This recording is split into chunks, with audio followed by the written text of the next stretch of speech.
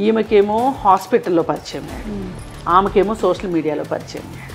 ఈమెకు అసలు వ్యవధే లేదు. వారం రోజుల్లో అతనేంటి, అతని ఫ్రెండ్స్ ఏంటి తెలిసే అవకాశమే లేదు. కానీ ఇద్దరు కామన్గా ఒకటే డైలాగ్ చెప్తున్నారు, మమ్మల్ని నన్ను చాలా బాగా చూసుకున్నాడు. ఇక్కడ ఎక్కడా కూడా వాళ్ళిద్దరు తప్పు పట్టట్లేదు అతన్ని. అతి రీసెంట్గా నన్ను పెళ్లి చేసుకున్నాడు కాబట్టి, తను వద్దనుకునే నా దగ్గరికి వచ్చాడు కాబట్టి తను నాకు భర్త అని అంటానండి. నేను నాకేం చెప్పలేదు. ఇక నేను నెంబర్ సేవ్ చేసుకొని తర్వాత కాల్ చేశాను. కాల్ చేస్తే ఎవరు అని అంటే నేను ప్రమోద్ భార్య అని చెప్పేసింది. నేను స్టన్ అయిపోయాను మేడం. ఫస్ట్ అమ్మాయిని వారం రోజుల్లో చేసుకుని ప్రియాని, ఈ అమ్మాయిని కనీసం 2 నెలలు టైం ఇచ్చాడు. అంటే ఇట్లాంటి వాళ్ళండి ఊపిరి సలపనివ్వరు. ఇది అబద్ధము కాబట్టి కావాల్సినట్టుగా నటించాడు. ఇది ప్రేమ కాదు, ఇది కేవలం నటన మాత్రమే. చెప్పట్లేదండి, నేను పెళ్ళి అయిపోయింది, నాకు అవసరం లేదు అది ఇది అని చెప్పేసి గొడవ చేసి వెళ్ళిపోయాడండి. ఇంట్లో నుంచే వెళ్ళిపోయాడు. నేనేం చేయలేక నేను అమ్మ వాళ్ళని కూడా వదిలేసి వచ్చాను. అని ఇతనే నమ్ముకున్నాను. నేను అసలు నేను ఎలా ఉండాలి అసలు నాకు అర్థం కాదు. పాపని చూస్తే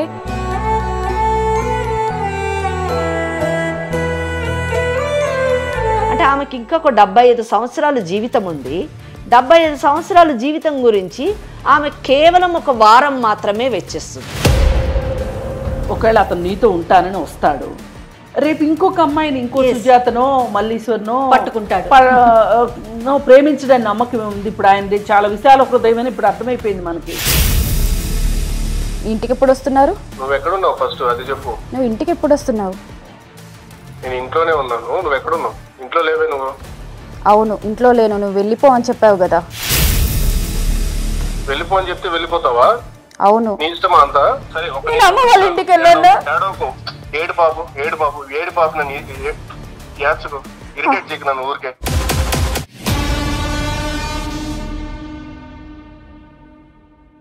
కాళ్లలో నొప్పి, నరాల వాపు వంటి లక్షణాలతో బాధపడుతున్నారా? వెరికోస్ వెయిన్స్ లో అత్యాధునిక చికిత్స Avis vascular centre. Avis hospital సమర్పించు లీగల్ అడ్వైస్ కార్యక్రమానికి స్వాగతం.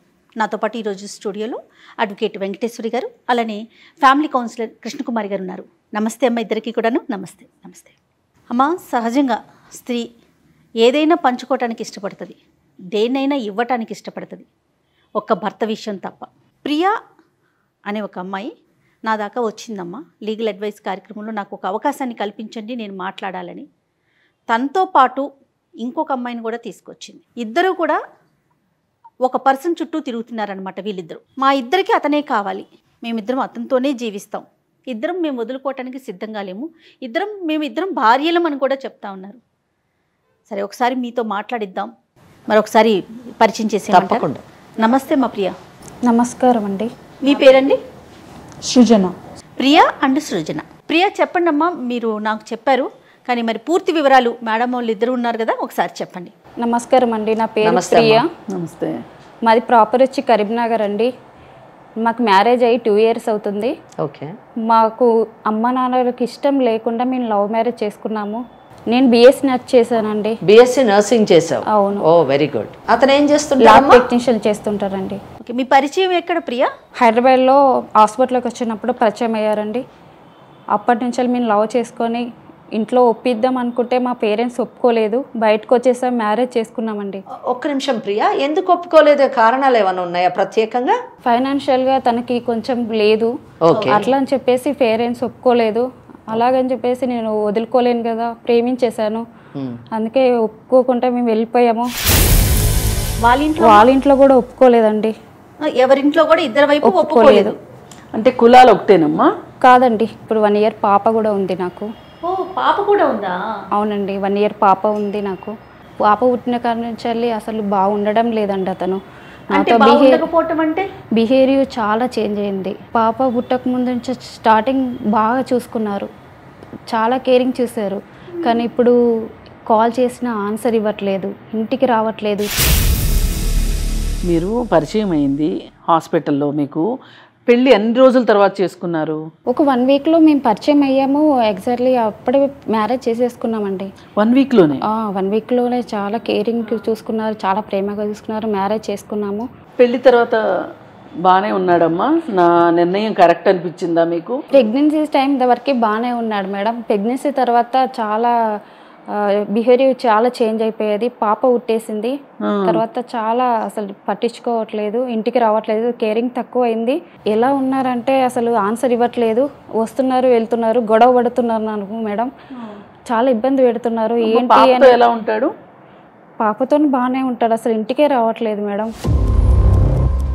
కాదమ్మా కృష్ణకుమారి గారమ్మా, ఇప్పుడు పెళ్లి వరకు ఒక ఎత్తు, పిల్లలు పుట్టాక ఒక ఎత్తు. ఎలాంటి వాడైనా కొంచెం ఒకళ్ళో ఇద్దరు పిల్లలు వచ్చాక ఆటోమేటిక్గా మారిపోతారు అనుకో. కొంచెము బంధం బలపడుతుంది అనుకుంటాము, బాధ్యత పెరుగుతుంది అనుకుంటాము. మరి ఇక్కడ బంధం బలపడటం కానీ బాధ్యతలు రావటం కానీ ఏమి కనిపించలేదు. బలహీనమైంది బంధం. అమ్మ పాప ఏజ్ ఎంత అమ్మ అప్పుడు? ఇప్పుడు పాప ఏజ్ 1 year మేడం. కాదమ్మా, వీళ్ళ పరిచయమైన ఒక వారంలోనే పెళ్లి చేసుకున్నామని చెప్తోంది. పెళ్ళయింది, ప్రెగ్నెన్సీ వచ్చింది, అప్పటి నుంచి అతను మాట్లాడటం మానేశాడు, పట్టించుకోవటమే పూర్తిగా మానేశాడు అంటుంది. ఫస్ట్ పాయింట్ తీసుకుంటే ఇరు సైడ్లు రెండు వైపులా కూడా పెద్దలకి ఇష్టం లేదు. ఆ బిహేవియరల్ చేంజ్ ఎందుకు వచ్చింది, దానికి గల కారణాలు ఏంటి అన్నది ఇక్కడ మనం ఫస్ట్ చూడాల్సినటువంటి విషయం. దాన్ని బట్టి అసలు ఆ బిహేవియరల్ చేంజెస్ రావడానికి ఉన్నటువంటి కారణాలు అప్రోప్రియేటా కాదా అన్నది కూడా మనం ఇక్కడ గమనించదగినటువంటి విషయం. అమ్మా, ఇప్పుడు మీరు వారం రోజుల్లోనే పెళ్లి చేసేసుకున్నాను అన్నారు కదా, ఆ వారం రోజుల్లో మరి అటు పెద్దలు ఇటు పెద్దలతోటి వారం రోజుల్లోనే మాట్లాడేసుకున్నారా మీరు? అంటే మా పెద్దవాళ్ళు ఒప్పుకోలేదు మేడం. ఒప్పుకోకపోవడంతో మేము లవ్ మ్యారేజ్ చేసేసుకున్నాం. కరెక్టేనమ్మా. అసలు వారం రోజులు గ్యాప్ అనేది చాలా తక్కువ కదా. అతను పూర్తిగా అర్థం అవ్వలేదేమో నాకు అని నీకేమైనా అనిపిస్తుందా? లేదు మేడం, చాలా కేరింగ్గా చూసుకున్నాడు అప్పుడు, చాలా ప్రేమగా ఉన్నాడు అప్పుడు వారం రోజుల్లో. అవును మేడం. ఇదే ఆలోచించాల్సిన విషయం. ఇక్కడే అసలు మొదటి తప్పటడుగు ఇక్కడే పడింది. అంటే ఇప్పుడు యువతకి అన్ని విషయాల్లోని తొందరపాటుతనము చాలా మందిలో మనం చూస్తూ ఉంటాం. అంటే ఏ విషయంలోనైనా తొందరపాటుగా నిర్ణయం తీసుకోవచ్చేమో కానీ జీవితం విషయంలోని వివాహం సంబంధించిన విషయాల్లోని తొందరపాటు పనికిరాదు అన్నది మనము ఈ కేసులో తెలుసుకోవాల్సినటువంటి విషయం. ఇదే యువతకి మనం చెప్పాల్సినటువంటి విషయం. కౌన్సిలింగ్ చేయాల్సినటువంటి ఆవశ్యకత ఎంతైనా ఉంది అని నేను అనుకుంటున్నాను. ఏమా నీకు అనిపిస్తుందా నేను ఇంకొంచెం అంటే పెళ్ళికి అతను నిన్ను బాగా తొందర పెట్టాడా? ఇప్పుడు పెద్దవాళ్ళు ఎందుకు మనకి, పెద్దవాళ్ళు లేకపోతే ఏం పోయింది, మనం బతకలేమా, నా మీద నీకు నమ్మకం లేదా, నన్ను నువ్వు నమ్మట్లేదా, ఇలాంటి ప్రశ్నలు జనరల్గా వింటూ ఉంటాం ప్రేమికుల మధ్యలో. అతను కూడా ఇలాగే మాట్లాడా? చాలా ప్రేమగా, అంటే ఎలా అంటే నేను కేరింగ్ తీసుకుంటాను, అంత సపోర్ట్ ఇచ్చాడు నాకు. అసలు అమ్మ వాళ్ళని కూడా మర్చిపోయాను నేను, అసలు వాళ్ళని మర్చిపోయేంత చూసుకున్నారు. కాదు, అమ్మాయి ప్రెగ్నెంట్ అయ్యే వరకు కూడా, ప్రెగ్నెన్సీ వచ్చే వరకు అలానే ఉన్నాడు అంతేనమ్మా? చాలా ప్రేమగా ఉన్నారు అసలు. మరి ఇంత మార్పు రావడానికి కారణం ఏమై ఉంటుందంటావు? నువ్వే కారణం తెలుసుకున్నాను మేడం. తెలుసుకున్నాను నేను. ఒకరోజు ఇతను స్నానం చేస్తున్న టైంలో నేను మొబైల్ చూసాను. ఎవ్రీ కాంటాక్ట్లో లిస్టులో చాలా నెంబర్స్ ఒకే నెంబర్ మీద కాంటాక్ట్లో ఉన్నాయి. తన నెంబర్ని ఎవరు వాట్సాప్లో కూడా చెక్ చేశాను మేడం. చూశాను ఎవరు ఏంటి అని నేను నిలదీశాను. అంటే నాకేం చెప్పలేదు, ఇక వెళ్ళిపోయాడు. ఇక నేను నెంబర్ సేవ్ చేసుకొని తర్వాత కాల్ చేశాను. నేను కాల్ చేశాను మేడం. కాల్ చేస్తే ఎవరు అని అంటే నేను ప్రమోద్ భార్య అని చెప్పేసింది. నేను స్టన్ అయిపోయాను మేడం. అలా చెప్పేసరికి నేను కూడా ప్రమోద్ భార్యనే మాట్లాడుతున్నాను, ప్రియానే అని చెప్పాను తనకి. తను కూడా అసలు ఏం తెలియనట్టుగానే మాట్లాడింది. ఒక రోజు మనం మీట్ అవుదాం, ఒకసారి రండి అని చెప్పాను మేడం. అసలు నువ్వు ప్రమోద్ భార్య ఏంటి, నేను కదా భార్య, నువ్వు గట్టిగా మాట్లాడలేదా మరి? అంటే నేను ఫోన్లో మాట్లాడలేకపోయాను. అసలు నేను కూడా ఎదురుగా మాట్లాడితేనే తెలుస్తుందని చెప్పేసి ఒక రోజు మీట్ అయ్యాం మేడం. తను మేడం. అవునండి. ప్రమోద్ భార్యనని చెప్తున్నావు కదా, ప్రమోద్ నీకు ఎలా పరిచయం అమ్మా? నేను ఇక్కడ అమీర్పేటలో హాస్టల్లో ఉండి కంప్యూటర్ కోర్స్ చేసేదాన్నండి. 6 months నుంచి నేను హైదరాబాద్లో ఉంటున్నాను. నేను కంప్యూటర్ కోర్స్ చేసి అప్పుడే ఉద్యోగంలో జాయిన్ అయినప్పుడు నాకు సోషల్ మీడియా ద్వారా నాకు ప్రమోద్ పరిచయం అయ్యాడు. తను చెప్పినట్టు ఎంత కేరింగ్గా ఉన్నాడంటే అసలు ఇంకా వేరే ఇంకెవరు గుర్తు రావక్కర్లేదు అన్నంతగా ప్రేమించాడు. ప్రతిరోజు కాల్స్, గంటకు ఒకసారి కాల్, తిన్నావా, ఏం చేస్తున్నావు, ఆఫీస్కి వెళ్ళావా. నాకు అంటే 6 నెలల నుంచి నేను హాస్టల్లో ఉన్నాను కదండి. నాకు తనతో మాట్లాడడం నాకు బాగా నచ్చింది. అదే ఎవరో ఒకళ్ళ మన మీద కేర్ తీసుకునేసరికి అసలు you feel that by somebody. అదే అనిపించింది అనుకుంటా. ఆ 6 నెలల్లో, ఆ 3-4 నెలల్లో తన పరిచయం మాత్రం చాలా బాగా అనిపించింది. జస్ట్ 2 months బ్యాక్ మనకి ఇంకా ఫ్రెండ్స్ వాళ్ళు ఎందుకు, మనం పెళ్లి చేసుకుందాము, కెరియర్ అది సెట్ అయిన తర్వాత మనం ఇంట్లో వాళ్ళకి చెప్దాము, అప్పటికి నేను కూడా ఒక ఫైనాన్షియల్ స్టేటస్లో ఉంటాను కదా అని పెళ్లి చేసుకుందాం అన్నాడు. నేను ఒప్పుకున్నాను. మరి అమ్మ ఇంట్లో వాళ్ళకి చెప్పలేదా మీరు? నేను చెప్పలేదు, తనకి ఫైనాన్షియల్ స్టేటస్ ఇంకా సరిగ్గా లేదు కదా అని నేను చెప్పలేదు. ప్రస్తుతానికి ఆగుదాము. మరి వాళ్ళ ఇంట్లో వాళ్ళకి తెలుసా మీరు? తెలియదు ఇంట్లో. అతను పరిచయం ఎంత కాలానికి మీరు పెళ్లి చేసుకున్నారు? 2 months అండి. Just 2 months. ఫస్ట్ అమ్మాయిని వారం రోజుల్లో చేసుకుని ప్రియాని, ఈ అమ్మాయిని కనీసం 2 నెలలు టైం ఇచ్చాడు. అంటే ఇట్లాంటి వాళ్ళండి ఊపిరి సలపనివ్వరు. ఇప్పుడు నిజం ప్రేమ అనుకోండి చూపించాలి, కానీ అబద్ధ ప్రేమని ఎంతైనా చూపించవచ్చు కదా. ఆ క్షణానికి చూపించేసేసి ఇద్దరిని పెళ్లి చేసేసి. కానీ ఇద్దరు కామన్ గా ఒకటే డైలాగ్ చెప్తున్నారు, మమ్మల్ని చాలా బాగా చూసుకున్నాడు. ఇక్కడ ఎక్కడా కూడా వాళ్ళిద్దరు తప్పు పట్టట్లేదు అతన్ని. నిజమైన ప్రేమ అయితే ఒక మోతాదులోని దాన్ని పెద్ద ప్రదర్శించక్కర్లేదు. ఇక్కడ నిజమైన ప్రేమ అయితే ఇది అబద్ధము కాబట్టి కావలసినట్టుగా నటించాడు. ఇది ప్రేమ కాదు, ఇది కేవలం నటన మాత్రమే. ఇప్పుడు ఇంకొక అమ్మాయి సీన్ లోకి వచ్చింది అనుకోండి, ఆ అమ్మాయి కూడా ఇంతకంటే 3వ అమ్మాయి వచ్చినా ఇదే చెప్తుంది. ఎంతమంది వచ్చినా వాళ్ళు చెప్తారు అతని ప్రేమ అద్భుతం అని చెప్తారు. అతని మ్యానుఫ్యాక్చరింగ్ అలా జరిగింది. అది డిఫెక్ట్ అనుకోండి, ఎఫెక్ట్ అనుకోండి, ఏదన్నా కానివ్వండి, అతని మ్యానుఫ్యాక్చరింగే అలా జరిగింది. అతను ఈ అమ్మాయికి ఒక రకమైన మాట చెప్పి, మా ఇంట్లో వాళ్ళు ఒప్పుకోవట్లేదు, మీ ఇంట్లో వాళ్ళు కూడా ఒప్పుకోవట్లేదు కాబట్టి మనం చేసేసుకుందామని ఈ అమ్మాయిని రష్ చేసి, ఆ అమ్మాయినేమో నేను సెటిల్ కాలేదు కదా అందుకని చెప్పి మీ ఇంట్లో వాళ్ళు ఎలాగో ఒప్పుకోరు, మా ఇంట్లో వాళ్ళు కూడా ఒప్పుకోరు, ఎందుకో మనం చక్క ప్రేమ పక్షుల్లా ఉందాము అని ఆ అమ్మాయిని ఒప్పించి, ఈమెకేమో హాస్పిటల్లో పరిచయం అయ్యాడు, ఆమెకేమో సోషల్ మీడియాలో పరిచయం అయ్యాడు. ఈమెకు అసలు వ్యవధే లేదు. వారం రోజుల్లో అతనేంటి, అతని ఫ్రెండ్స్ ఏంటి తెలిసే అవకాశమే లేదు. అటెన్షన్ దొరికింది. ఈ అటెన్షన్ని వీళ్ళు ప్రేమ అనుకున్నారు, పెళ్లి చేసేసుకుంది, పాప వచ్చేసింది. కానీ అతనికి మైండ్లో మట్టుకు ఈమె కోసం ఫిక్స్ అవ్వాలని అతను అనుకోలే. అందుకే చాలా త్వరగా చాలా ఆప్షన్స్ చూసుకుంటున్నాడు అతను.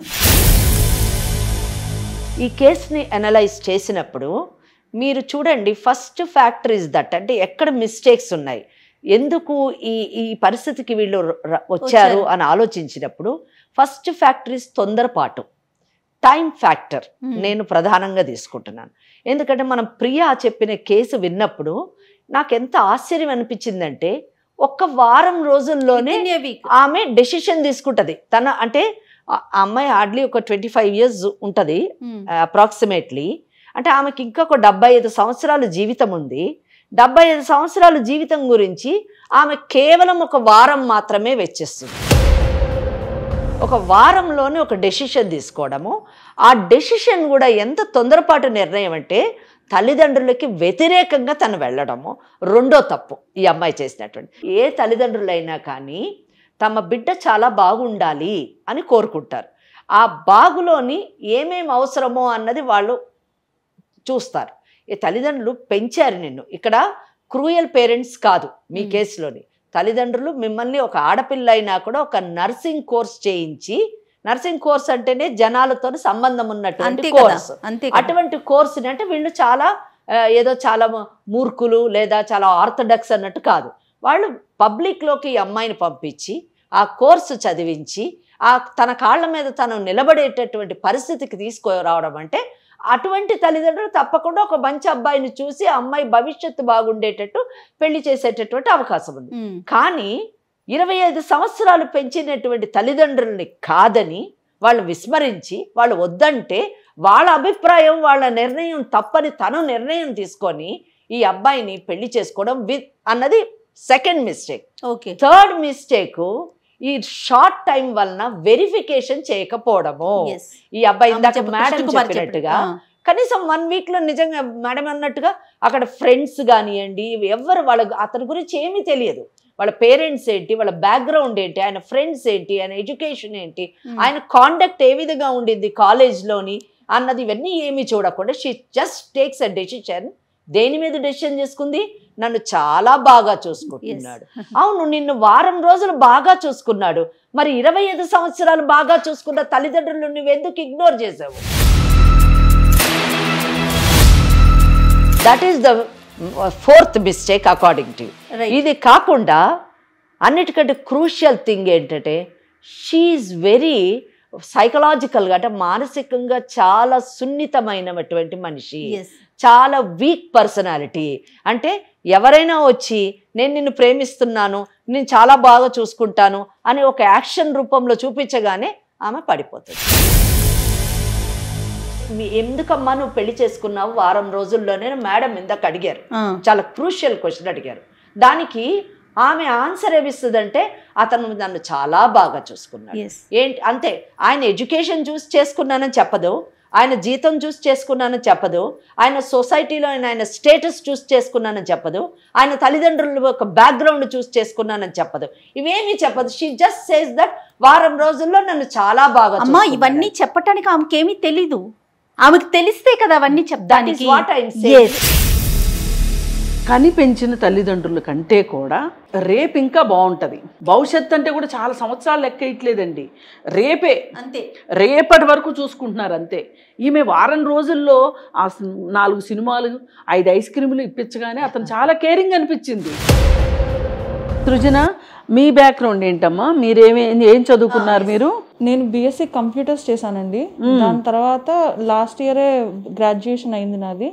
తర్వాత అమీర్పేట్కి వచ్చి నేను ఇక్కడ కంప్యూటర్ సాఫ్ట్వేర్ కోర్స్ నేర్చుకుని మొన్ననే 3 months బ్యాక్ నేను జాబ్ లో జాయిన్ అయ్యాను. 2 months బ్యాక్ తిని పరిచయం అయ్యాడు. అమ్మా మీకు అతను సోషల్ మీడియాలో ఏ మాధ్యమం ద్వారా పరిచయం అయ్యాడు? ఆయన డేటింగ్ యాప్ ద్వారా పరిచయం అండి. మీరు రెగ్యులర్ గా సెర్చ్ చేస్తారా డేటింగ్ యాప్ ని? అవునండి, అంటే నేను క్యాజువల్ గా వెతకడం స్టార్ట్ చేశాను. అంటే అంత సీరియస్ గా వెళ్దామని నాకు ఉద్దేశం లేదు. పెళ్లి గురించి, పార్ట్నర్ గురించి చూసారా, ఫ్రెండ్ కోసం చూసారా? మీరు ఫ్రెండ్ కోసం చూసాను. ఫ్రెండ్ కోసం చూసారు, ఓకే. అతను అప్పుడు ఏం చదువుకున్నాను అవన్నీ కరెక్ట్ గా చెప్పినట్లు అనిపించిందా? చెప్పాడండి, డిగ్రీ చేశాను అని అన్నాడు, ప్రస్తుతానికి ల్యాబ్ టెక్నీషియన్ గా పనిచేస్తున్నాను అన్నాడు. అది కరెక్ట్ గానే అనిపించింది. అంటే హాస్పిటల్ పేరు అవి చెప్పాడు. 1-2 సార్లు అక్కడికి వెళ్ళి కలిశాను, అదంతా కరెక్ట్ గానే అనిపించింది. కొన్నిసార్లు రా వీలైతే కలుద్దాం రా అని అన్నప్పుడు లేదు పని ఎక్కువ ఉంది అని చెప్పేవాడు. ఓకే, సో తను హార్డ్ వర్కింగ్ అని కూడా అనిపించింది నాకు. అనిపించింది. మరి ఇప్పుడు ఇతని మీ ఇంట్లో వాళ్ళకి చెప్పే విషయంలో నువ్వెందుకు వెనకడుగేసావు ఇతన్ని పరిచయం చేయటానికి? టెక్నీషియన్ అంటే ఇంట్లో చెప్పుకోవడానికి బాగోదు కదండి. తను ఇంకా ఏదో పై చదువులు చదవడానికి ప్రయత్నిస్తున్నాను అని అన్నాడు. ఈలోపు నేను కూడా ఉద్యోగంలో జాయిన్ అయ్యాను కాబట్టి తన మెయింటెనెన్స్, తన కోర్సులకి ఏమన్నా అవసరమైతే నేను కూడా చూసుకుందాం అనుకుని అంత ఫ్యూచర్ చూసుకునే నేను తనని పెళ్లి చేసుకుందామని అనుకున్నాను. పెళ్లి జరిగిందమ్మా? మీ ఇద్దరికి పెళ్లి చేసుకున్నారా? అయిందండి, సీక్రెట్ గానే అయింది. ఎక్కడ జరిగింది? మేము గుడికి వెళ్ళి చేసుకున్నామండి. రిజిస్టర్డ్ మ్యారేజ్ చేసుకోవచ్చు కదా, అంత సీక్రెట్గా అతను అన్నప్పుడు మీరెందుకు ఒప్పుకున్నారు? ఆ టైంలో నేను అంత ఆలోచించలేకపోయానండి. తను చెప్పడం అయితే తను తొందర పెడుతున్నట్టు మాట్లాడలేదు, కానీ మనం చేసుకుందాము, నాకు నువ్వు కావాలి అన్నట్టు మాట్లాడాడు. అది నాకు ఆ క్షణానికి అట్లా నమ్మబుద్ధి అయింది. అతనిది ఒక ఆరితేరిన, అంటే 64 కళలు ఉన్నాయి కదా మనకి, వాటిలో ఇదొక కళ అనమాట. తను నిర్ణయం తీసుకుంటాడు, ఆ నిర్ణయానికి వాళ్ళు వచ్చేటట్లుగా చేస్తాడు. కరెక్ట్ అమ్మా. ప్రేమించడం తప్పు కాదు, పెళ్లి చేసుకోవాలనుకోవడం అంతకంటే తప్పు కాదు. కానీ మనమేమి ఆకాశం నుంచి ఊడిపడలేదు. పిల్లలు అనేవాళ్ళు అంతే కదా, 2 కుటుంబాలు ఉన్నాయి, ఇటొక కుటుంబం అటొక కుటుంబం ఉంది. ఈ కుటుంబాల వాళ్ళని ఒప్పించడానికి కూడా వీళ్ళకి ఓపిక లేనప్పుడు వీళ్ళు జీవితాంతం కలిసి ఉండే ఓపిక ఎలా ఉంటుంది? ఈ షో చూసే పిల్లలు ఎవరైనా సరే, ఆడపిల్లలు కావచ్చు, ఆడపిల్లల తల్లిదండ్రులు కావచ్చు, ఒకటి గుర్తుపెట్టుకోవాలి, మనకి ఈ ప్రపంచంతో పని లేదు అనుకునేవాడిని అస్సలు నమ్మొద్దు. ప్రపంచం లేకుండా ఏముందండి? ఉండేదే ప్రపంచంలో. రైట్. అసలు ప్రియాకి ఏమైందో నెక్స్ట్ అడుగుదామమ్మా ఒకసారి. కాదమ్మా, మరి నువ్వు నిలదీసావా ఈ అమ్మాయిని కలిసిన తర్వాత ఏం జరిగింది? ఇప్పుడు ఈ అమ్మాయి చూస్తే భార్య అంటుంది, ఏంటి ఎప్పుడు పెళ్లి చేసుకున్నావు అని అంటే చెప్పట్లేదండి, నేను పెళ్ళి అయిపోయింది, నాకు అవసరం లేదు అది ఇది అని చెప్పేసి గొడవ చేసి వెళ్ళిపోయాడండి. ఇంట్లో నుంచే వెళ్ళిపోయాడు. నేనేం చేయలేక నేను అమ్మ వాళ్ళని కూడా వదిలేసి వచ్చాను అని ఇతనే నమ్ముకున్నాను. నేను అసలు నేను ఎలా ఉండాలి అసలు నాకు అర్థం కాదు. పాపని చూస్తే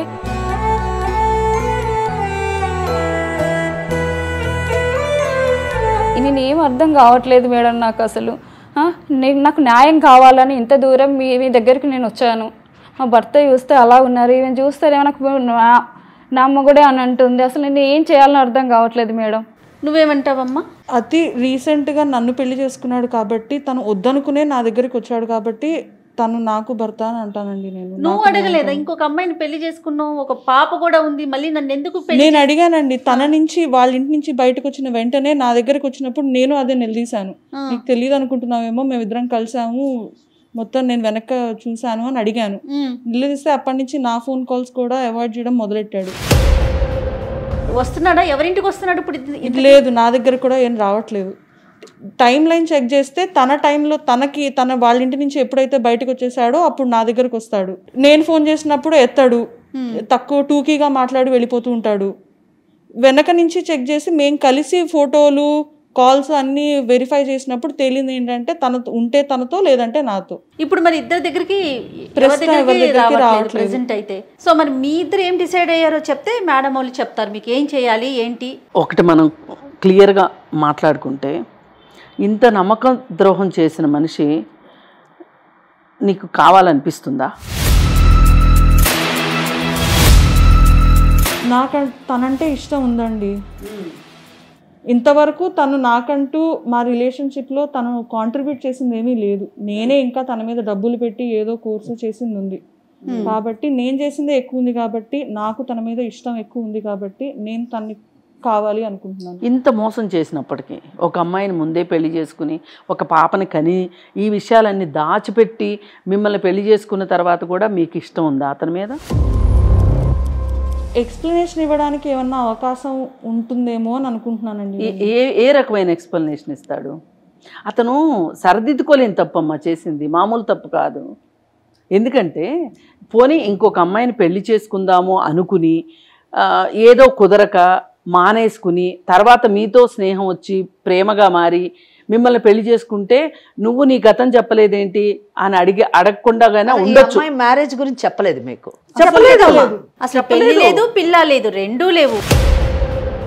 పెళ్లి సంగతి చెప్పలేదు, పాప ఉన్న సంగతి చెప్పలేదు.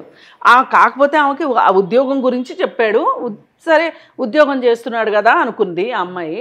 ఇప్పుడు అతను పెద్దవాళ్ళ దాకా విషయాలు ఎందుకు వెళ్ళనివ్వడంటే, పెద్దవాళ్ళు బ్యాక్గ్రౌండ్ చెక్ చేస్తారు, వీళ్ళంటే చెయ్యరు కానీ వాళ్ళు చేస్తారు కదా. అందుకని అసలు ఇంకేమన్నా ఉన్నా ఆశ్చర్యపోకర్లా మనం వ్యవహారాలు దగ్గరికి వెళ్ళట్లేదు. అదే మరి ఇంకో థర్డ్ పర్సన్ వచ్చి ఇక్కడ కూర్చున్నా మనం ఆశ్చర్యపోకర్లేదు. ఎపిసోడ్ చూసాక ఇంకొకళ్ళు ఎవరన్నా కాల్ చేసి లీగల్ అడ్వైస్ కి వస్తానన్నా కూడా మనం ఆశ్చర్యపోకర్లేదు. జయ గారు, ఇక్కడ సమస్య ఒక సమస్య కాదు, రెండు సమస్యలు ఇక్కడ కూర్చున్నాయి ఇక్కడ. అవును కదమ్మా. ఈ రెండు సమస్యలు వాళ్ళ పరిష్కారం, మాకు న్యాయం కావాలి అని ప్రియ అడగడము, మరి సృజన ఏ టైప్ ఆఫ్ న్యాయం కావాలనుకుంటున్నారు, వాళ్ళకి ఏం కావాలని కోరుకుంటున్నారు, ఇలా ఎలా మోసపోతున్నారు, ఎందుకు ఆలోచించట్లేదని నాకు అమ్మాయితో ప్రియాతో మాట్లాడిన డే 1 నుంచి నాకు ఇదే తెలుస్తా ఉందన్నమాట. ముఖ్యంగా ఈ ప్రేమ వివాహాలకు సంబంధించిన విషయం మటుకు మాట్లాడితే వాళ్ళు మోసపోవడానికి కారణం ఏంటంటే, వాళ్ళ ప్రొఫెషనల్గా అంటే వాళ్ళ చదువులో కానివ్వండి, వాళ్ళ ఉద్యోగాల్లో కానివ్వండి, వాళ్ళ మేధస్సుని ప్రదర్శిస్తున్నారు. కానీ వారి జీవితం విషయంకి వచ్చినప్పుడు they are failure, they are innocent. Unfortunately వాళ్ళు 100% మనం గట్టిగా చెప్పొచ్చు, చాలా అమాయకంగా వాళ్ళు మోసపోతున్నారు. ఒక్కటే గుర్తుపెట్టుకోవాలి జయ గారు, మోసపోయే వాళ్ళు ఉన్నంత కాలము మోసం చేసేవాళ్ళు ఉంటూనే ఉంటారు. ఇంకా కూడా ఇంకొక అమ్మాయిని నిన్ను పెళ్లి చేసుకొని నీతో ఒక పిల్ల అయినా కూడా నీకు అతనితోనే ఉండాలనిపిస్తుందా? ఇంకా కూడా కావాలి మేడం, ఎందుకంటే మాకు పాప ఉంది కదా, రేపు నేను సమాజంలో ఏ విధంగా నేను చూపించాలి మేడం? మీరు ఎలాగైనా చేసి మా భర్తని నాకు చూడమ్మా, నువ్వు న్యాయం కావాలి అని మాట్లాడుతున్నావు. ఇప్పుడు నీకు న్యాయం చేయాలి అంటే ఆమెకు అన్యాయం చేయాలి. కరెక్ట్ అమ్మా, ఆమెకు అన్యాయం జరుగుతుంది కదా. మరి ఎట్లా అట్లా ఆమెకు అన్యాయం జరుగుతుంది కదా. ఈ విషయంలో ఆమె తప్పు లేదు. నీ భర్త నిన్ను పెళ్లి చేసుకుని ఒక బిడ్డను కని చెప్పలేదు కాబట్టి ఆ అమ్మాయి తప్పు లేదు. నువ్వు ఆ రోజు నువ్వెలా నమ్మేవో అతన్ని, ఈ రోజు ఆ అమ్మాయి కూడా అలాగే నమ్మింది. మేడం ఇప్పుడు నేనే మోసపోతున్నాను కాదు, నా బిడ్డ కూడా మోసపోతుంది. ఇప్పుడు నాకు కూడా అన్యాయం జరిగినట్టు నా బిడ్డకు కూడా అన్యాయం జరుగుతుంది కదా. అవును. మరి నాకు నా బిడ్డకి ఇప్పుడు నేను ఏం చెప్పాలి రేపు? ఇప్పుడు బిడ్డ నువ్వు ఉన్నారు, ఒకవేళ అతను నీతో ఉంటానని వస్తాడు, రేపు ఇంకొక అమ్మాయిని ఇంకో సుజాతనో మల్లీశ్వర్నో పట్టుకుంటాడు, ప్రేమించడానికి నమ్మకం ఉంది. ఇప్పుడు ఆయనది చాలా విశాల హృదయం అని ఇప్పుడు అర్థమైపోయింది మనకి. ఎట్లా మరి నీకు నమ్మకం ఎట్లా వచ్చేది? సమాధానం లేదు వాళ్ళ దగ్గర. సమాధానం లేదు. ఎందుకు లేదో చెప్పమంటారా? అసలు వీళ్ళు కుటుంబాలను పోగొట్టుకున్నారు. వీళ్ళకి కుటుంబాలు ఉండి ఉంటే ఈ అమ్మాయి తండ్రో ఈ అమ్మాయి అన్నో వీళ్ళ అమ్మో వీళ్ళ అక్కో ఎవరో ఒకళ్ళు నలుగురు వచ్చి కూర్చొని ఏమిరా నువ్వు చేసిన పని అని గట్టిగా మాట్లాడతారు అనే భయం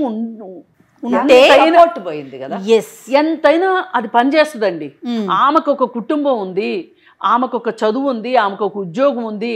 ఇవన్నీ కూడా ఆడవాళ్ళకి ఒక క్వాలిఫికేషన్స్ లాంటివి. వీటన్నిటిని మించి అసలు ఆత్మవిశ్వాసమే ఉంటే వారం రోజుల్లో అతను పెళ్లి చేసుకునేది కాదు. ఆడపిల్లలు అది నేర్చుకోవాలి, ఆత్మవిశ్వాసం. కాదమ్మా, వీళ్ళిద్దరూనేమో మాకు అతను కావాలని అంటున్నాడు. మరి అసలు అతను ఏమంటున్నాడు విందాం. మరి ఒకసారి కాల్ చేయండి ప్రియా, ఏమంటున్నాడు.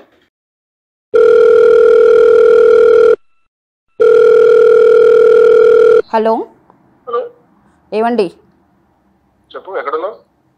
ఇంటికి ఎప్పుడు వస్తున్నారు? నువ్వు ఎక్కడున్నావు ఫస్ట్ అది చెప్పు. నువ్వు ఇంటికి ఎప్పుడు వస్తున్నావు? నేను ఇంట్లోనే ఉన్నాను. నువ్వు ఎక్కడున్నావు? ఇంట్లో లేవే నువ్వు? అవును, ఇంట్లో లేను. నువ్వు వెళ్ళిపో అని చెప్పావు కదా. వెళ్ళిపో అని చెప్తే వెళ్ళిపోతావా? అవును. నీ ఇష్టమా అంతా? నేను ఎక్కడికి వెళ్ళిపోవాలి మరి? వెళ్ళిపో అంటే వెళ్ళిపోతావా? నీ ఇష్టమా అంతా? పాప ఎక్కడుంది? నువ్వు ఎక్కడ? నా దగ్గర ఉంది. పాప కూడా నా దగ్గరే ఉంది. ఫస్ట్ నువ్వు ఇంటికి రా, మాట్లాడదాము. ఫోన్ లో ఎన్ని మాట్లాడడానికి కాదు. నువ్వు ఫస్ట్ ఇంటికి రా. నువ్వేం చెప్పావు నన్ను? సరే చేశాను, చెప్పాను కదా, ఒప్పుకున్నాను కదా. లేదు, ఇంటికి రా. లేదు, నేను రాలేను. నాకు ఏదో ఒకటి న్యాయం చెయ్యి, నువ్వు నీ ఇంటికి వస్తాను. కానీ అప్పటి వరకు నేను రాలేను. మూసుకుని ఇంటికి రా. నేను రానండి. టెన్షన్ పెట్టకురా. నేను రానండి. నేను మీద ఎంత ప్రేమ పెట్టుకున్నా తెలుసా? నువ్వు నన్ను ఎంత మోసం చేసావు తెలుసా?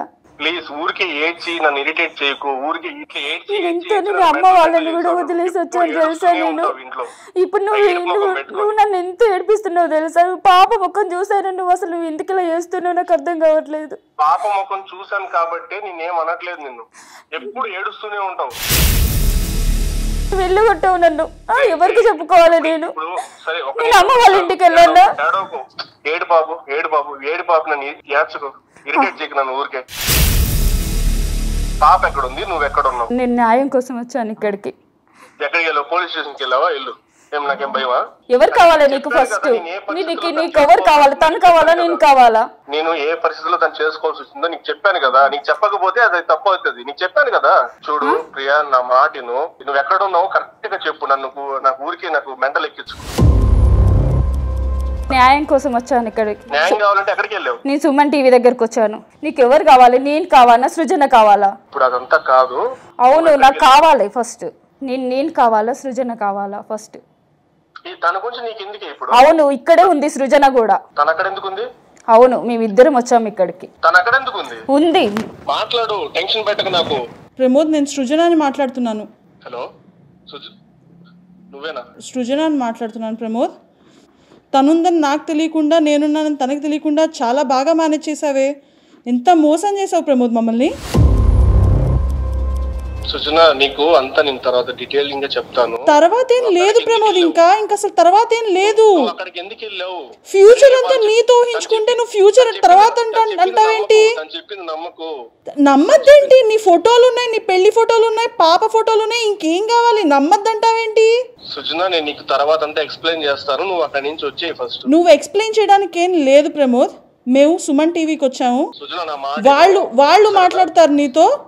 ఏదైనా సరే ఫర్దర్ గా చూస్తాను ప్రమోద్. నిన్ను ఊరికే వదిలేది లేదు. హలో ప్రమోద్ గారు, నమస్తే అండి. నమస్తే అండి. ఇది సుమన్ టీవీ లీగల్ అడ్వైజ్ అనే ప్రోగ్రామ్కి ప్రియా అండ్ సృజన ఇద్దరు వచ్చారు. వాళ్ళకి ఖచ్చితంగా ఒక న్యాయం జరగాలి, ఒక సలహా కావాలని వచ్చారు. నాతో పాటు అడ్వకేట్ వెంకటేశ్వరి గారు, అలానే నేను చెప్పేది ఫస్ట్ వినండి. మీరు ఫస్ట్ మీరు చూసుకునేది అది మీ ఇంటి వరకు అండి. మీ ఇంటి వరకు లేదు సమస్య, స్టూడియో దాకా వచ్చింది. హలో హలో ప్రమోద్, నేను కృష్ణకుమారి మాట్లాడుతున్నాను. మేడం ప్లీజ్ ఏమనుకోకండి మేడం, ఇది మా ఫ్యామిలీ మ్యాటర్ మేడం, మేము మాట్లాడుకుంటాం, నేను సెటిల్ చేసుకుంటాం మేడం, మీరు ఇన్వాల్వ్ కాకండి ప్లీజ్. మేము ఇన్వాల్వ్ అవ్వమంటే కుదరదండి. అవ్వద్దు అంటే ఇన్వాల్వ్ అయ్యేలాగా మీరు చేశారు. మీరు ఒక పెళ్లి చేసుకుని ఒక పాపని కని ఇంకొక ఆమెను పెళ్లి చేసుకొని ఒకళ్ళకొకళ్ళు తెలియకోకుండా మీరు నాటకం ఆడతానంటే ఎలా కుదురుతుంది? అసలు ఇది మీకు న్యాయం చేసుకోవడం నిజమే, బట్ ఇద్దరిని కూడా నేను ఎక్కడ తక్కువ చేసి చూసుకోలేదు మేడం. నేను అసలు యాక్చువల్గా చిన్నగా చెప్దాం అనుకున్నాను, ఈ లోపల తెలిసింది అంతే. మీరు దీని ఇష్యూ పెద్ద చేయకండి. మీరు లేదు, నేను ఒక ప్రశ్న వేస్తాను.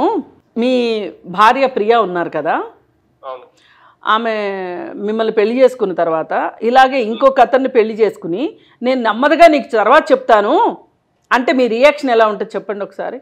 అది ఎలా ఒప్పుకుంటాను మేడం? ఎందుకు ఒప్పుకో?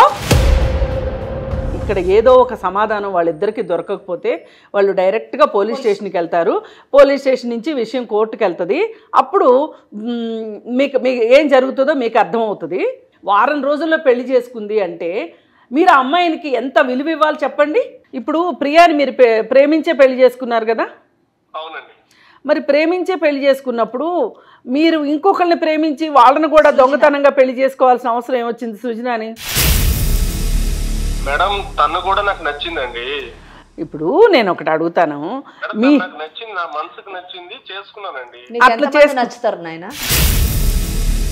ఇప్పుడు వీళ్ళిద్దరు సృజన అయిపోయింది, తర్వాత ఇంకెవరూ నచ్చరని గ్యారంటీ ఏంటి? లేదు మేడం, నాకు వీళ్ళిద్దరంటే ఇష్టపడ, ఇంకెవరిని చేసుకోను, ఇంకెవరు ఇష్టం లేదు, నాకు ఇంకెవరు వద్దు. అలా కాదు. ఇప్పుడు ప్రియాని గనక మీ అమ్మ వాళ్ళు మీ నాన్న వాళ్ళు నీకు ఇష్టం లేకుండా నీకు కానీ పెళ్లి చేసి ఉంటే బలవంతంగా, నాకు ఆమె మీద మనసు రావట్లేదు, మా ఇంట్లో వాళ్ళు చేసిన తప్పు ఇది, మీరు చేసిన దానికి మీరే సమాధానం చెప్పండి అని ఇంట్లో వాళ్ళని మీరు ఇంకో పెళ్లి చేసుకున్నారు అంటే ఎంతో కొంత అంటే విలువ అర్థమో ఇవన్నీ ఉన్నాయని కాదు, మీరు ఒక స్టాండ్ తీసుకోవడానికి మీకు ఒక గ్రౌండ్ ఉండేది. ఇప్పుడు మీరు ఈమెను ఇష్టపడి పెళ్లి చేసుకొని మళ్ళీ అదే ఇష్టం ఇంకొక ఆమె చూపెట్టి ఇదేమన్నా అభిమాన నటులను మార్చుకోవడం అనుకుంటున్నారా పెళ్ళంటే? ఇప్పుడు మీ ఇంట్లో వాళ్ళు వస్తారు, ఇప్పుడు ఆ అమ్మాయి వాళ్ళ ఇంట్లో వాళ్ళు కూడా వస్తారు. ఇప్పుడు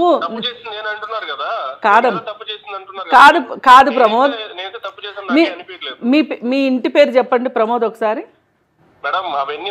అరే మీ ప్రమోద్ సన్ ఆఫ్ అని ఉంటుందా ఒక పేరు? అది అందుకే ఇంట్లో వాళ్ళు అవసరం అవుతారు. ఇప్పుడు కూడా పెళ్లి కొడుకులు ఆకాశంలోంచి ఊడిపడరు, గుర్తుపెట్టుకోండి. మీరు ఒక తల్లి ఒక కుటుంబం నుంచే వస్తారు. సరే మేడం, మీరు అన్నది కరెక్టే, కానీ నేను మా ఇంట్లో ఇన్వాల్వ్ చేయాలని అనుకోవట్లేదు. ఎందుకు? మీరు నాతో మాట్లాడండి. అలా కుదరదండి. ఇప్పుడు ఫైనల్కి మీరేమంటారు? అసలు సృజనని ఎందుకు పెళ్లి చేసుకున్నారు చెప్పండి, అది చెప్పండి. ప్రియాని ఇష్టపడి పెళ్లి చేసుకుని సృజనని ఎందుకు చేసుకున్నారు? ఆ అమ్మాయి జీవితం ఎందుకు నాశనం చేశారు? పైగా అమ్మాయికి ఈ సంగతి చెప్పలేదు. చేసుకునేది ఇద్దరినే కదా మేడం, ఎంతమంది అయినా ప్రేమించొచ్చా కదా. అంటే ప్రేమించొచ్చా స్నేహం చేయొచ్చా? ప్రేమకి స్నేహానికి తేడా తెలుసా మీకు? బట్ మేడం వీళ్ళిద్దరిని నేను పెళ్లి చేసుకున్న తర్వాత ఇంకెవరిని చూడలేదు మేడం, నేను ఇంకెవరితోనూ లేను. ఆ విషయము నా అంతరాత్మకు తెలుసు. ఇప్పుడు వాళ్ళిద్దరిలో ఎవరో ఒకళ్ళు ఇంకొక పెళ్లి చేసుకుని నాకు ఇద్దరు భర్తలు కావాలి అంటే మీరు ఒప్పుకుంటారా? ఒప్పుకోను మేడం. నేను ఎందుకు ఒప్పుకుంటాను? ఇది అది అవునండి, మీకో న్యాయం వాళ్ళకొక న్యాయం కదా. కాదు మేడం, ఇప్పుడు నేను జాగ్రత్తగా చూసుకుంటున్నాను కదా, వాళ్ళకి ఇంకేంటి ప్రాబ్లం ఇక్కడ? సరే అండి, మీరు మామూలుగా ఎంత చెప్పినా ఫ్యామిలీ కౌన్సిలర్ గా నేను చెప్పగలిగింది నేను చెప్పాను, మీరు వినేలాగా లేరు. ఇది ఖచ్చితంగా ఒక లీగల్ పాయింట్ లో వెళ్తేనే ఇక్కడ వీళ్ళిద్దరికి న్యాయం జరుగుతుంది. లేదు ఆల్రెడీ స్టూడియోలో ఉన్నారని చెప్పి మేడం ఉన్నారు, మేడం మాట్లాడతారు. నేను వెంకటేశ్వరి అడ్వకేట్ మాట్లాడుతున్నాను.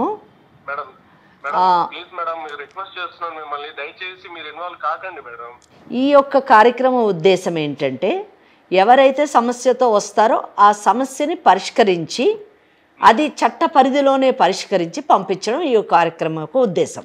ఇప్పుడు మీరు ఇన్వాల్వ్ కావద్దు, నన్ను మాట్లాడొద్దు అన్నారు కాబట్టి నేను మీతో ఏమీ మాట్లాడను. ఈ దేశంలో ఉన్నటువంటి చట్టం ఏ విధంగా ఉంటుంది అన్న విషయాన్ని మీకు చెప్తాను. చెప్పిన తర్వాత మీరు డెసిషన్ తీసుకోండి. Decision is yours. ప్రమోద్, మీరు మేడం ఇప్పుడు చాలా చక్కటి పాయింట్ చెప్పారు. మీరు ఎంత స్వార్థపరులంటే నాకు ఇద్దరు కావాలని మీరు మాట్లాడడము, తెలివి తక్కువగా ఆ అమ్మాయిలు ఇద్దరు మీ వలలో పడ్డము, మీది మీరే చూసుకుంటున్నారు కానీ మీరు ఇంకొక ప్రాణిని ప్రపంచంలోకి తీసుకొని వచ్చారు. ఆ పిల్ల భవిష్యత్ ఏంటి అన్న విషయాన్ని ఎవ్వరు కూడా ఆలోచించట్లేరు. అది చాలా తప్పు. దయచేసి మేము ఫస్ట్ వాళ్ళిద్దరితో మాట్లాడతాము, ఆ తర్వాత మా ఒపీనియన్ చెప్తాము. వాళ్ళిద్దరు ఏ నిర్ణయం తీసుకుంటారో ఆ నిర్ణయం మీదే మీ భవిష్యత్తు, వాళ్ళ భవిష్యత్తు, పాప భవిష్యత్తు ఆధారపడి ఉంటుంది. ఫోన్ పెట్టేయొద్దని చెప్పండి. మీరు ఫోన్ పెట్టకండి, దయచేసి వినండి ప్లీజ్. నేను చెప్పేది నేను ఇంటికి వచ్చాక మాట్లాడతాను, ఇంటికి రాను ఫస్ట్. లేదమ్మా, అట్లా ఇంటికి రారు. వాళ్ళు ఒక న్యాయం కోసం ఇక్కడికి వచ్చారు. వాళ్ళకు మేము ఒక దారి చూపించకుండా మేము పంపం, ఒక ఐడియా ఇస్తాం వాళ్ళకి. దయచేసి వాళ్ళని పొల్యూట్ చేయకండి మేడం ప్లీజ్. పొల్యూట్ చేయడం కాదండి, మేము వాళ్ళకి వాళ్ళు బాధతో వస్తే వాళ్ళ కన్నీళ్లు తుడిచి వాళ్ళకి ఒక దారి చెప్తున్నాం. జీవితంలో అమ్మ జరిగిందేదో జరిగింది, ఇప్పటికి మోసపోయింది చాలు, మీరు జీవితంలో మళ్ళీ ఇంకొకసారి మోసపోవద్దని చెప్తున్నాను. మీరు మోసం చేయాలని మీరు చూసినా కానీ వాళ్ళు మీ మాటలు ఇంక ఇప్పుడు వినరండి. అసలు వాళ్ళు ఏమంటారో విందాం. ఏమా అతనేంటో ఇద్దరు కావాలి అంటున్నాడు. ఇద్దరు నీకు ఓకేనా? మీ ఇద్దరు ఉంటారా అతనికి భార్యలుగా? నేను ఉండలేను మేడం, నాకు తను ఒక్కడే కావాలి, తను వద్దు. సృజనని పంచుకుంటే నువ్వు ఒప్పుకో? నేను ఒప్పుకోను. ఓకే, నీ పాపకు మట్టుకు తండ్రి కావాలి మేడం, తను కావాలి నాకు. మా పాపకు తండ్రి నేను ఎవరిని చూపించాలి మేడం రేపు? తనకి డివోర్స్ ఇచ్చేసి నేను లీగల్ వైఫ్ అని రికగ్నైజ్ చేసి అలా ఎలా డివోర్స్ ఇస్తారు అనుకుంటున్నారు? పాపకు నేను ఏమని చెప్పాలనుకుంటున్నారు? డివోర్స్ అని అంటే ఊరికే అంటున్నారా? ఒక్కళ్ళే వైఫ్ ఉండాలండి లీగల్. నాకు తెలియకుండా చేసిన మోసం అండి. కొంచెం ఆమెకేమో పాప ఉంది, నీకేమో పాప లేదు. నువ్వు భార్యగా మీ ఇద్దరు అనుకుంటున్నారు తప్పితే చట్టం ఒప్పుకోదు. కాబట్టి అసలు నువ్వేమనుకుంటున్నావు చెప్పు? ఆ పాప జీవితం ఆలోచించి చెప్పు ఒక మాట. సాటి ఆడదానిక నేను ఒప్పుకుంటానండి ఆవిడ బాధ, కానీ నాకు ఏమనిపిస్తుంది అంటే మీరు కూడా ఆవిడ పక్షంగానే మాట్లాడుతున్నారు అనిపిస్తుంది. నాకు జరిగిన అన్యాయాన్ని మీరు గమనించట్లేదు. నాకు తెలియకుండా నన్ను పెళ్లి చేసుకున్నాడు, తను వద్దనుకునే కదా నన్ను ఇంకొకరిని చూసుకున్నాడు. మేమిద్దరం ప్రేమించుకుని పెళ్లి చేసుకున్నాం. నువ్వు ఇంటికి వచ్చేసాయి, నిన్ను పాపని చూసుకుంటానంటున్నాడు, ఇద్దరిని చూసుకుంటానంటున్నాడు. మరి నీకు ఓకేనా? ఇద్దరు లేదు తను వద్దనుకున్నాడు కాబట్టే నా దగ్గరకు వచ్చాడు, కాబట్టి తనకి డివోర్స్ ఇచ్చి నన్ను పెళ్లి చేసుకోమని నాకు మరి సరే అమ్మా, మీ ఇద్దరికి పిల్లలు లేరనుకో, డివోర్స్ తీసుకున్నారంటే అది వేరే విషయం. ఇప్పుడు ఆ పాప ఉంది, ఆ పాప సంగతి ఏంటి? నాకు డివోర్స్ ఇవ్వమని ఎలా అంటున్నావు నువ్వు? నన్ను ఇష్టపడి పెళ్లి చేసుకున్నాడు, నన్ను ప్రేమించి చేసుకున్నాడు, నువ్వు డివోర్స్ ఎలా అడుగుతున్నావు? నన్ను కూడా ప్రేమించే పెళ్లి చేసుకున్నాడు. అవును, ప్రేమించి పెళ్లి చేసుకున్నాడు. నన్ను మోసం చేశాడు ఫస్ట్. ఇప్పుడు నిన్ను చేసుకుని నన్ను కూడా మోసం చేశాడు. ఇప్పుడు తెలిసింది కాబట్టి నేను ఫర్దర్ గా అట్లా చేయనివ్వను. నన్ను రీసెంట్ గా నన్ను పెళ్లి చేసుకున్నాడు, నాకు తెలియకుండా పెళ్లి చేసుకున్నాడు, నన్ను మోసం చేశాడు కరెక్టే, కానీ మారుతాడు, నేను మార్చుకుంటాను. అంటే నా పరిస్థితి ఏంటన్నట్టు ఇప్పుడు నా పాప పరిస్థితి ఏంటి? తర్వాత మేడం చెప్తారు, అడ్వకేట్ లేదు నేను ఒప్పుకోను. అసలు నీకు డివోర్స్ ఇవ్వమని చెప్పేస్తాను నేను. అసలు నాది రికగ్నైజ్ అవ్వట్లేదు, అదే నా బాధ. ఏమండి వింటున్నారా మీరు? ఏమంటున్నారో మేడం ప్లీజ్ మేడం. వింటున్నావా? కాదు మేడం, వాళ్ళని ఎందుకు మీరు ఇలా టార్చర్ పెడుతున్నారు మేడం? మీరు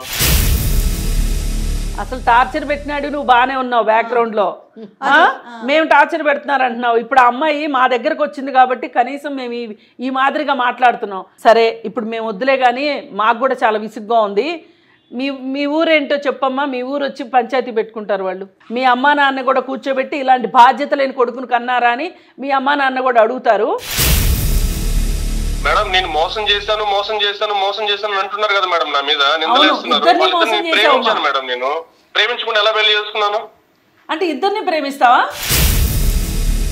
వాళ్ళిద్దరిని కాదు మేడం పెళ్లి చేసుకుంది, ముగ్గురు నలుగురిని చేసుకున్నాను నేను. ఏమన్నా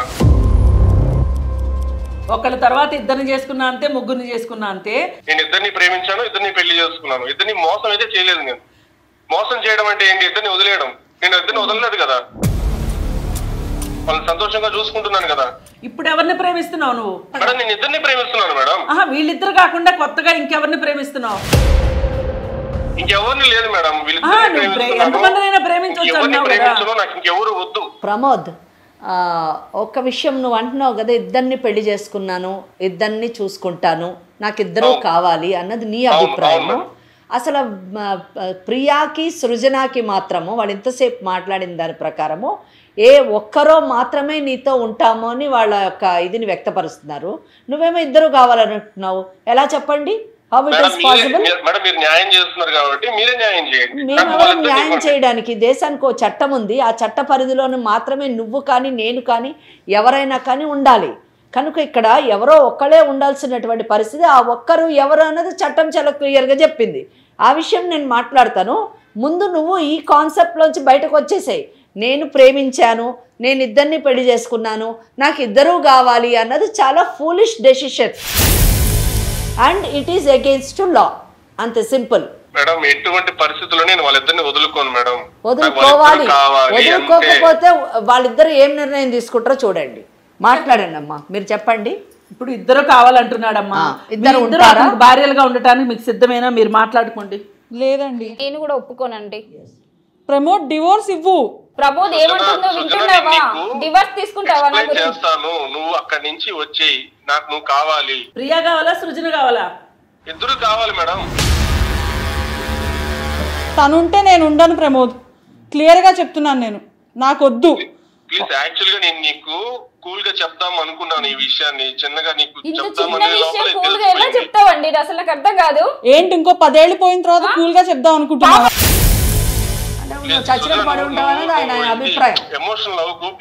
ఇద్దరికైనా ఒకటే చెప్తున్నాడమ్మా, కూల్ గా చెప్తా ఇద్దరిని తీసుకోమంటున్నాడు ఆన్సర్. కూల్ గా ఏం లేదు, ఈ రోజుతో తేలిపోవాలి ప్రమోద్. ఇష్యూ పెద్ద చేయకు. ఇప్పుడు మాట్లాడతావో తర్వాత మాట్లాడతావో, మాట్లాడాల్సిందంతా ఇప్పుడే మాట్లాడు. ఈ కాల్ తర్వాత నేను లీగల్ గానే వెళ్తాను. నీకు ముందే చెప్తున్నా, తనన్నా నేనన్నా ఉండాలి అంతే. ఇద్దరు అంటే కుదరదు. నేను కూడా అదే మాట చెప్తున్నా, తనన్నా నేనన్నా ఉండాలి. అరే మీ ఇద్దరిని నేను ప్రాణానికి ప్రాణంగా ప్రేమించాను. మీకు ఏం కావాలంటే అది ఇచ్చాను. మీకు ఏ ప్రాబ్లం రాకుండా చూసుకుంటున్నాను. ఇంకేంటి మీకు ప్రాబ్లము? అక్కర్లేదు, నువ్వు ఇప్పుడు చెప్తుంటే అర్థమవుతుంది. మేడం మాటలు విన్నాక నీది నిజమైన ప్రేమే కాదు. మోసం చేశాను, నిన్నే మోసం చేశాను. ఇప్పిస్తానంటుంది. మోసం చేసావని లీగల్ గా వెళ్ళనా? పోనీ మోసం చేసావని ఒప్పుకున్నావు కదా, కాల్ రికార్డ్ కూడా ఉంది కదా. నేను మోసం ఎక్కడ చేశాను? మీ ఇద్దరిని ప్రేమించాను తప్ప. ప్రమోద్ ప్రియా కానీ సుజనని కానీ మీరు ప్రేమించటం తప్పు కాదు, పెళ్లిళ్ళు చేసుకోవటం తప్పు కాదు. కానీ మా దాకా రావటం మాత్రమే మీరు తప్పు అంటున్నారు. అసలు తప్పేంటి? కోర్టులు ఏం చెప్తున్నాయి, సెక్షన్స్ ఏం చెప్తున్నాయి, ఇవి కూడా ఒకసారి తెలుసుకుందామండి. ప్రమోద్ తెలియదంటే కుదరదండి. మన సమాజంలో ఉన్నాం, మనమేమి అడవుల్లో ఉండట్లేదు, సమాజంలో ఉన్నాం. మనకంటూ ఒక చట్టం, న్యాయం అన్నీ ఉన్నాయి. వాటికి లోబడే మనం అందరం బతకాలి. ఎవరిష్టానికి వాళ్ళని బతకడానికి ఇదేమన్నా అడవి అనుకుంటున్నారా? మనుషుల మధ్య ఉన్నామండి మనమంతా. ఇంకా మీరు పాడిందే పాట, ఇదే పాట. కాల్ మొదలు పెట్టిన కాడి నుంచి నాకు మీ ఇద్దరంటే ఇష్టం, మీ ఇద్దరితో ఉంటా. ఏమండి, చట్టాలు న్యాయాలు ఏం లేవా? ఇక్కడ జయ గారు, ఇక్కడ చాలా విషయాలు మనము అంటే ఈయన మాటల్లోని మనం పరిశీలించాల్సినటువంటి విషయం. ఒకటేంటంటే ప్రియా కానివ్వండి లేదా సృజన కానివ్వండి, వాళ్ళిద్దరూ మాట్లాడినప్పుడు అంటే లాస్ట్ డిస్కషన్లోని మాట్లాడినప్పుడు ఇద్దరు కూడా ఒక విషయంలో ఖచ్చితంగా ఉన్నారు. ఏ విషయము? ఇద్దరు కలిసి ఉండేటటువంటి క్వశ్చనే లేదు. అవును, ఉంటే ఎవరమో ఒకళ్ళు ఉండాలి, ఇంకొక ఆమెకి డైవర్స్ ఇవ్వాలి అన్నది వాళ్ళ మాటల్లోని వాళ్ళు చెప్పడం జరిగింది. అవును. అదే మనం ప్రమోద్ని తీసుకుంటే, ప్రమోద్ ఇద్దరు కావాలి, నాకు ఇద్దరిని ప్రేమించారు, చాలా బాగా చూసుకుంటున్నాను, ఈ 3 ఇష్యూసే మాట్లాడుతున్నాను. అయితే ప్రమోద్, నువ్వు ఒక్క విషయము, ఇందాక మేడం గారు చెప్పినట్టు మేము మీ ఇంటికి రాలేదు, మీ సమస్య ఏంటి అని మేము అడగలేదు. వాళ్ళిద్దరూ అంటే ప్రియా సృజన ఇద్దరు స్టూడియోకి వచ్చి ఈ కార్యక్రమంలోని మా సమస్యకు మీరు పరిష్కారం చూపించండి అని అడిగారు. మేడం గారు ఒక ఫ్యామిలీ కౌన్సిలర్గా, నేను ఒక న్యాయవాదిగా మాకు మీడియేషన్ చేసేటటువంటి అధికారం ఉంది. మీడియేషన్ కేవలము చట్టాన్ని పరిరక్షించడంలో మాత్రమే మేము ఈ పని చేస్తున్నాం, అంతేగాని చట్ట విరుద్ధమైనటువంటి పనులు మేమేమీ చేయట్లేదు. అటువంటి సలహాలు సూచనలు అటువంటి అవేర్నెస్ కూడా మేము ఇవ్వం. ఈ విషయాన్ని నువ్వు బాగా గుర్తుంచుకోవాలి. ఇంకా రెండో విషయానికి వచ్చినప్పుడు, ఇక్కడ నేను ఇద్దరిని పెళ్లి చేసుకున్నాను, ఇద్దరిని ప్రేమించాను, ఇద్దరితో కాపురం చేస్తాను అనేటటువంటి కాన్సెప్ట్ మన చట్టంలో లేదు. హిందూ వివాహంలోని బహుభార్యత్వం అన్నది లేదు. కనుక దాని ప్రకారము నువ్వు ఇద్దరిని పెళ్లి చేసుకున్నాను అంటే ఆ పెళ్లి రెండవ పెళ్లి చెల్లుబాటు కాదు. ఆ రెండవ పెళ్లిని వాయిడ్ మ్యారేజ్ అని అంటారు. అది నువ్వు గుర్తు పెట్టుకోవాలి. ఎందుకంటే section 5 of Hindu marriage act ప్రకారము ఒక భార్యకు ఒకటే భర్త, ఒక భర్తకు ఒకటే భార్య. ఒకవేళ రెండవ పెళ్లి జరగాలి అంటే ఆ భార్య కానివ్వండి, భర్త కానివ్వండి మరణించి ఉండాలి, లేదా భార్యకు కానివ్వండి, భర్తకు కానివ్వండి మొదటి వాళ్ళతో విడాకులయ్యి ఉండాలి. ఈ రెండు జరిగితేనే రెండవ పెళ్ళి అనే కాన్సెప్ట్ ఉంది. కానీ భార్య బ్రతికుండగా, భర్త బ్రతికుండగా రెండవ పెళ్ళి, సెకండ్ వైఫ్ అనే పదాన్ని కూడా నేను ఉపయోగించను లాయర్గా. ఎందుకంటే సెకండ్ వైఫ్ అన్నది లేదు లాలోని. కానీ రెండో స్థానంలో కూర్చున్నటువంటి మహిళకు మాత్రము చట్టపరమైనటువంటి స్థానం లేదు. మరి పెళ్ళి సబ్సిస్టెన్స్గా ఉండగా ఇంకొక స్త్రీతో వివాహం చేసుకుంటే అది చట్టబద్ధంగా నేరము అని అన్నారు. యు ఆర్ రైట్ ప్రమోద్, నువ్వు తప్పు చేయలేదు, నేరం చేసావు. నువ్వు తప్పు చేయలేదు, నేరం చేసావు. కనుక ఈరోజు మారినటువంటి బిఎన్ఎస్ చట్టం ప్రకారము సెక్షన్ 82 ప్రకారము ఒక భార్య బ్రతికుండంగా ఇంకొక పెళ్లి చేసుకుంటే అది నేరముగా పరిగణింపబడుతుంది అని చెప్పారు. ప్రమోద్ వింటున్నారా? అదే సెక్షన్ 82(1) ప్రకారము ఒకవేళ ఈ అమ్మాయి అంటే ప్రియా తన పెళ్లి సబ్సిస్టెన్స్గా ఉండగా, తన బ్రతికి ఉండగా సెక్షన్ 5 ఆఫ్ హిందూ మ్యారేజ్ యాక్ట్కి వ్యతిరేకంగా ఈయన ఇంకొక పెళ్లి చేసుకుంటే ప్రమోద్, ఈ అమ్మాయి కానీ కంప్లైంట్ ఇస్తే 8 సంవత్సరాలు శిక్ష, ఫైన్ కూడా పడేటటువంటి అవకాశం. 7 years to 8 years మటుకు శిక్ష పడేటటువంటి అవకాశం. అదే సృజన ఇందాక మాటల్లో ఆవేశంలో ఒక మాట అంది, ఏంటి చట్టపరంగా వెళ్ళమంటావా, లాని ఇన్వోక్ చేయనా అని అడిగింది. Yes, she's right, she's having every right. ఆ అమ్మాయి సృజనకు కూడా రైట్ ఉంది. అదే చెప్తున్నా. సెక్షన్ 82(2) కింద వచ్చి ఈ అమ్మాయి తనకి పెళ్ళైన విషయాన్ని సప్రెస్ చేసి దాచి నన్ను మోసపూరితంగా పెళ్లి చేసుకున్నాడని కంప్లైంట్ ఇస్తే 10 years ఇంప్రిజన్మెంట్, 10 years శిక్ష ప్లస్ ఫైన్. ప్రమోద్ వింటున్నావా? అంటే ఏంటంటే ఇక్కడ 7 సంవత్సరాలు, అక్కడ 10 సంవత్సరాలు శిక్ష పడేటటువంటి నేరం చేసావు నువ్వు, తప్పు కాదు. అంతేకాకుండా ఈరోజు ప్రియా నాకు వద్దంటుంది, సృజన నాకు వద్దు అనేది ఏం లేదు. ఎందుకంటే ఆమెకు అసలు first of all legal status రాలేదు. ఆమె ఏదో కోర్టుకెళ్ళి డైవర్స్ తీసుకునేటటువంటి స్థాయి ఆమెకు లేదు. కానీ ప్రియాకుంది.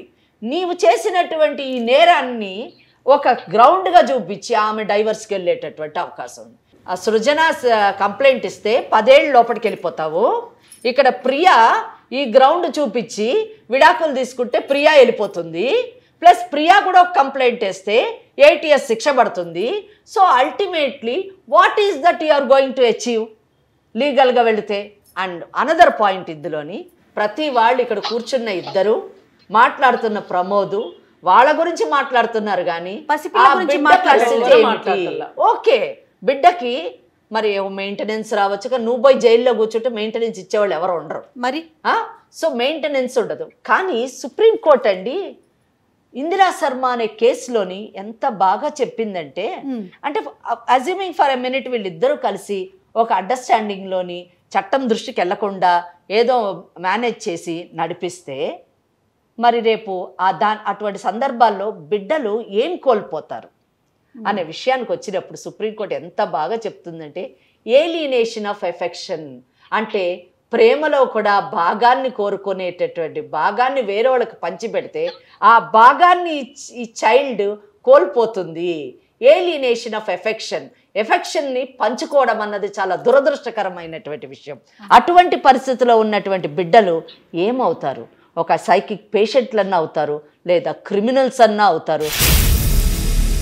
దయచేసి ఈ ఎపిసోడ్ చూసినప్పుడు నేను కోరుకునేది ప్రేక్షకులకు ఒకటే, యువత మోసపోకండి, చట్ట విరుద్ధమైనటువంటి పనులు చేయకండి, మీ జీవితాలను నాశనం చేసుకోవద్దు, భావి తరాల యొక్క జీవితాన్ని కూడా పాడు చేయకండి. ప్రమోద్, నేను చెప్పిన ప్రతి మాట ఎవరిని పొల్యూట్ చేయడానికి కాదు, సమాజాన్ని సక్రమమైనటువంటి దిశలోని నడిపించడానికి, మన వివాహ వ్యవస్థని ప్రొటెక్ట్ చేయడానికి. ఇప్పుడైనా నీ భార్య గురించి, నీ బిడ్డ గురించి ఆలోచించు. ఒక సరైనటువంటి నిర్ణయం తీసుకో.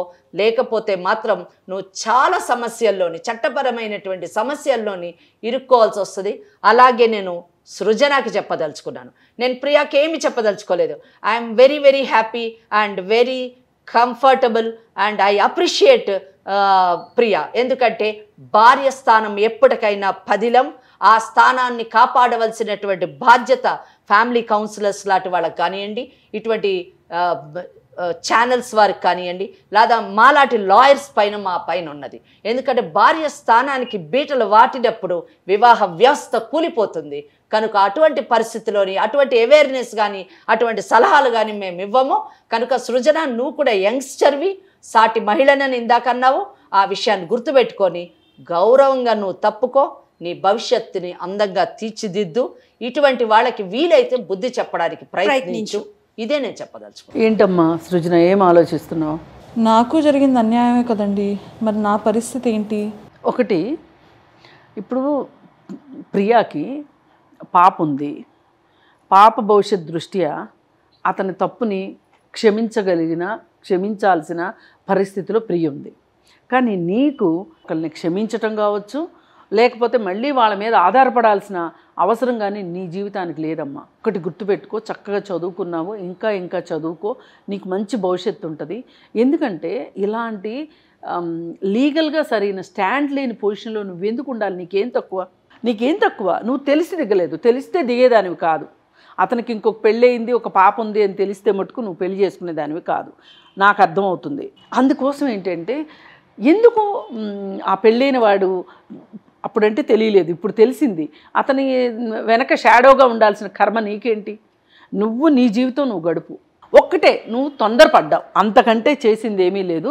నువ్వు ఇప్పుడు మట్టుకు అతన్ని శిక్షించవా అనేది నీ ఆప్షను. కానీ నేను కోరుకునేది ఏంటి అంటే, నువ్వు జీవితంలో స్థిరపడాలి. ఒక వ్యక్తిత్వం ఉన్న అమ్మాయిలాగా ఆత్మస్థైర్యంతో నీ కాళ్ళ మీద నువ్వు ఆర్థికంగా నిలబడి నీకు నచ్చిన అతన్ని నువ్వు పెళ్లి చేసుకోవాలని కోరుకుంటున్నాను. ఇదిగో ప్రమోద్, ఇప్పుడు దాకా వాళ్ళని పొల్యూట్ చేయకండి, వాళ్ళని అది చేయొద్దు ఇది చేయొద్దు అని ఏవేవో మాట్లాడావు కదా. ఇప్పుడు వాళ్ళకి చట్టము న్యాయము అన్నీ అర్థమయ్యేటట్లు మేడం చెప్పారు. మేడం నాకు ఏం మాట్లాడాలో అర్థం కావట్లేదు మేడం. ఏం మాట్లాడాలో అర్థం కావడం ఏంటి? నీకు అర్థమైనా అర్థం కాకపోయినా నీ ముందున్నది ఒకటే, 10 సంవత్సరాలు జైలుకి వెళ్తావా, లేకపోతే బుద్ధిగా నీ భార్య పిల్లలతో కాపురం చేస్తావా, ఇంతే ఆప్షన్. జీవితం అన్న తర్వాత, భార్యాభర్తలు అన్న తర్వాత పరపొచ్చాలు వస్తూ ఉంటాయి, ఇలాంటి ఆకర్షణలకు లోనవుతూ ఉంటారు, దాన్ని ప్రేమని ముద్దు పేర్లు పెట్టుకుంటూ ఉంటారు. కానీ అప్పుడప్పుడు మీరు క్షమించాల్సి ఉంటుంది అని చెప్పి భార్యకైనా భర్తకైనా మేము సర్ది చెప్తాము.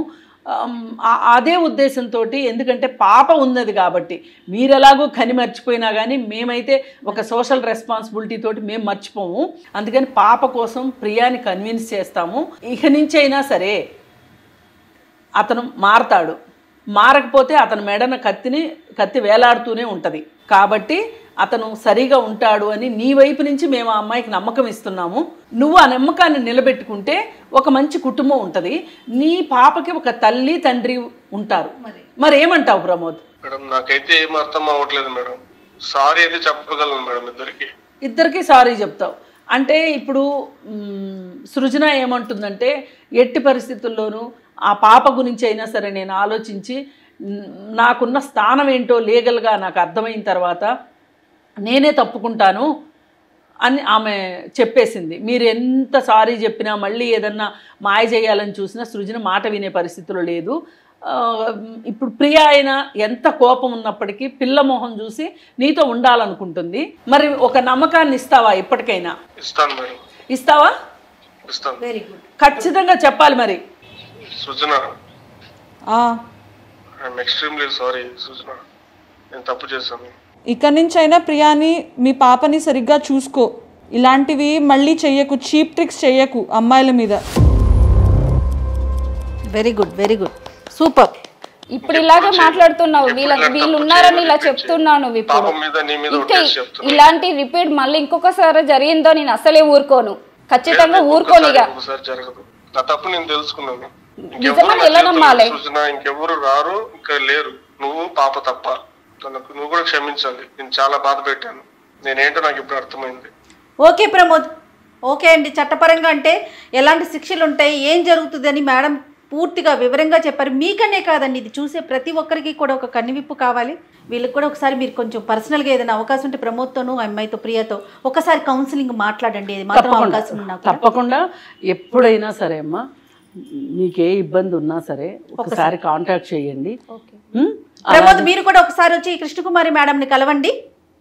సరే మేడం. ఓకే అమ్మ, మీరేమన్నా చెప్తారా ఫైనల్గా? కుటుంబం అనే సపోర్ట్ లేకపోతేనండి it is very difficult for women to live in the society. ఆ లివింగ్ అన్నది with in the parameters of లాలో ఉండాలి. లాని దాటి వెళ్ళినప్పుడు వాళ్ళ హక్కులన్నింటినీ కోల్పోతారు. అది నేను చెప్పదలుచుకుంది. రైట్ అమ్మా, థ్యాంక్ యూ సో మచ్ అమ్మ. మీ ఇద్దరు కూడా పార్టిసిపేట్ చేసినందుకు ముందు ఒక మంచి నిర్ణయానికి వచ్చాం. రైట్ రైట్ అమ్మా, విన్నారు కదా మీరు ఎక్స్పర్ట్స్ సలహాలు కూడా. సో మీ లైఫ్ని మీరు జాగ్రత్తగా లీడ్ చేసుకోండి. ఓకేనా? ఓకే అండి, థ్యాంక్ యూ అండి. ఓకే అమ్మా, ఓకే రైట్ అమ్మా, థ్యాంక్ యూ సో మచ్. కాళ్లలో నొప్పి, నరాల వాపు వంటి లక్షణాలతో బాధపడుతున్నారా? వెరికోస్ వెయిన్స్ లో అత్యాధునిక చికిత్స ఏవిస్ వాస్కులర్ సెంటర్.